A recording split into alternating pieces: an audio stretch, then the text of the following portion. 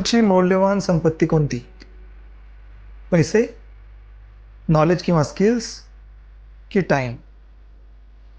यापैकी काहीही नाही. तर तुमची सर्वात मोठी ॲसेट म्हणजे तुमची एनर्जी.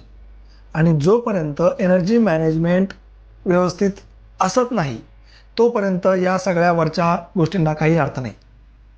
कारण 24 तास सगळ्यांकडे सारखेच असतात, पण आणि वरचे रिसोर्सेस पण सगळ्यांकडे सारखेच असतात, नॉलेज, स्किल, पैसे वगैरे वगैरे.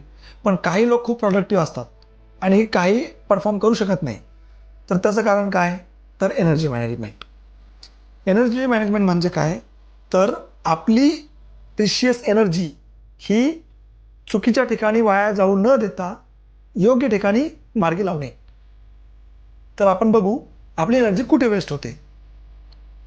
एकतर ओव्हर थिंकिंग करण्यात, दुसऱ्यांसोबत कंपॅरिझन करण्यात, नको त्या ठिकाणी ओव्हर रिॲक्ट करण्यात, अनावश्यक ड्रामामुळे, आजूबाजूची निगेटिव्ह कंपनी, मित्रांमध्ये बसल्यानंतर कोणाबद्दल चुगल्या करणे, इतरांबद्दल लूज टॉक्स करणे, याच्यामध्ये ज्या गोष्टी आपल्या हातातच नाही त्याच्यावर शक्ती वाया घालवणे. डिस्ट्रॅक्शन्स, आजकाल तर एवढे डिस्ट्रॅक्शन्स आहेत ज्याच्यामुळे फोकस हरवतो आणि शेवटी आपण पूर्णपणे एक्झॉस्ट होऊन जातो. टॉक्सिक एन्व्हायरमेंटमध्ये सतत काम केल्यामुळं तिथे नेहमी स्ट्रेस असतो आणि त्याच्यामुळे संध्याकाळी घरी जाताना आपल्याला बर्नआउट झाल्यासारखं वाटतं.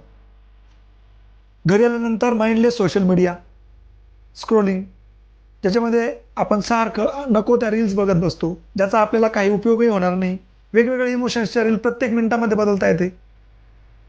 तर ह्याच्यामध्ये खूप एनर्जी वाया जाते.